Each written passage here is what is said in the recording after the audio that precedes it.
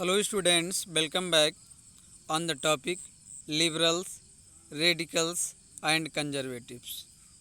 उदारवादियों, radicals और रूढ़िवादियों. One of the groups which looked to change society were the liberals.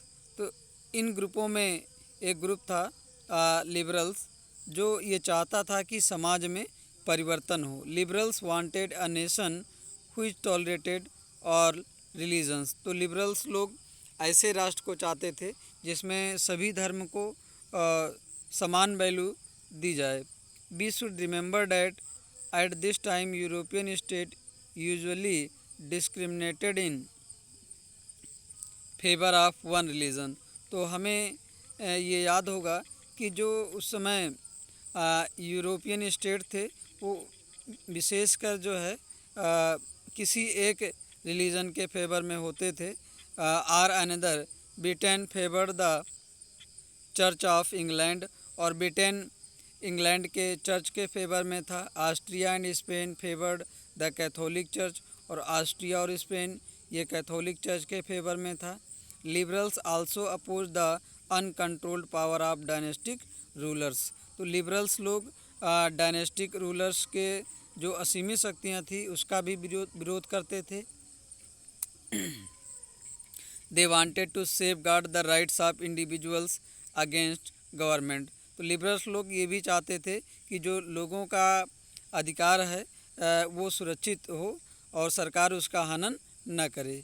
They argued for a representative, और ये लोग representative government के पक्ष में तर्क दिए. इलेक्टेड पार्लियामेंट को सपोर्ट किए. Subject to laws interpreted by well trained judiciary, और एक वेल ट्रेंड जुडिशरी होनी चाहिए जो कानून की व्याख्या करे.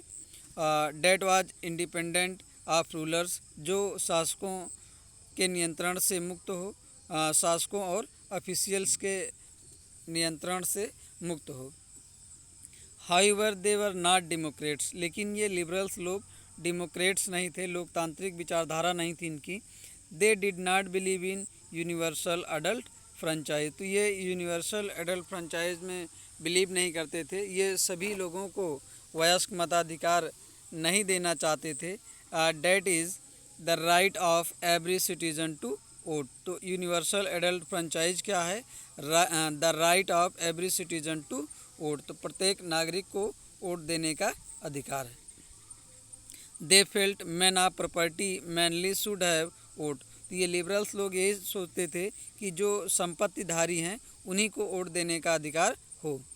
दे also did not want the vote for womens, और ये महिलाओं को के फेवर में भी नहीं थे. ये चाहते थे कि महिलाओं को भी वोट देने का अधिकार न हो.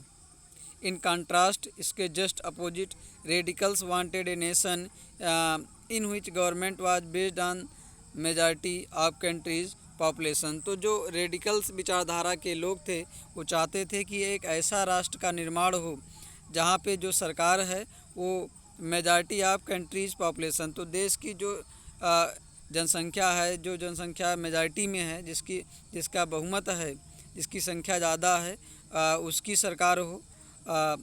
Many supported womens suffrage movements. कुछ लोग वोमेंस सफरेज मूवमेंट्स को सपोर्ट किए. Unlike liberals they oppose the privilege of great land owners and wealthy factory owners. तो लिबरल्स की तरह ये लोग भी जो है, जो लैंड ओनर थे, जो ज़मींदार लोग थे, और जो वेल्थी फैक्ट्री ओनर थे, जो धनी फैक्ट्री के जो मालिक थे, इनके विरोध में थे. They were not against the existence of private property, लेकिन वो प्राइवेट प्रॉपर्टी व्यक्तिगत संपत्ति के खिलाफ नहीं थे. But disliked concentration of property in the hands of few, लेकिन ये नहीं चाहते थे कि कुछ ही लोगों के हाथ में प्रॉपर्टी का कंसंट्रेशन हो. Conservatives were opposed to radicals and liberals. जो थर्ड ये विचारधारा थी, आइडियोलॉजी थी, या थिंकिंग ग्रुप्स के लोग थे, कंजर्वेटिव्स लोग, रूढ़िवादी लोग, ये रेडिकल और लिबरल्स दोनों विचारधारा के खिलाफ थे. After the French revolution, France की क्रांति के बाद, however even conservatives had opened their mind to the need for change. तो फ्रांस की क्रांति के बाद ये लोग कंजर्वेटिव्स लोग भी सोसाइटी में परिवर्तन चाहते थे। Earlier in the 18th century conservatives had been generally oppose to the idea of change. तो पहले 18वीं शताब्दी में कंजर्वेटिव्स लोग ये विरोध करते थे कि किसी तरह का परिवर्तन नहीं होना चाहिए। Conservatives had been generally oppose to the idea of change. By the 19th century, 19वीं सदी तक they accepted that some change was inevitable but believe that the past had to be respected. तो 19वीं शताब्दी तक जो है कंजर्वेटिव्स लोग ये विश्वास करने लगे कि भाई समाज में कुछ परिवर्तन होना चाहिए, लेकिन जो है हमें हमारा जो अतीत है उसका भी हमें रेस्पेक्ट करना चाहिए। And change had to be brought about through a slow process, और परिवर्तन जो हो वो स्लो प्रोसेस से हो, एक बैग सोसाइटी में परिवर्तन नहीं आना चाहिए।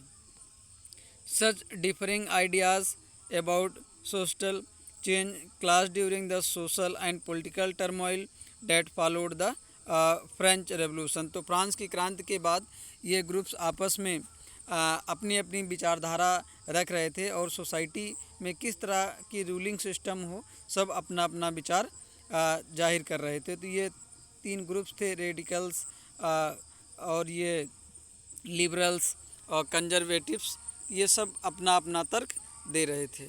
The various attempts at revolution and national transformation in the 19th century help define both the limits and potential of the political tendencies.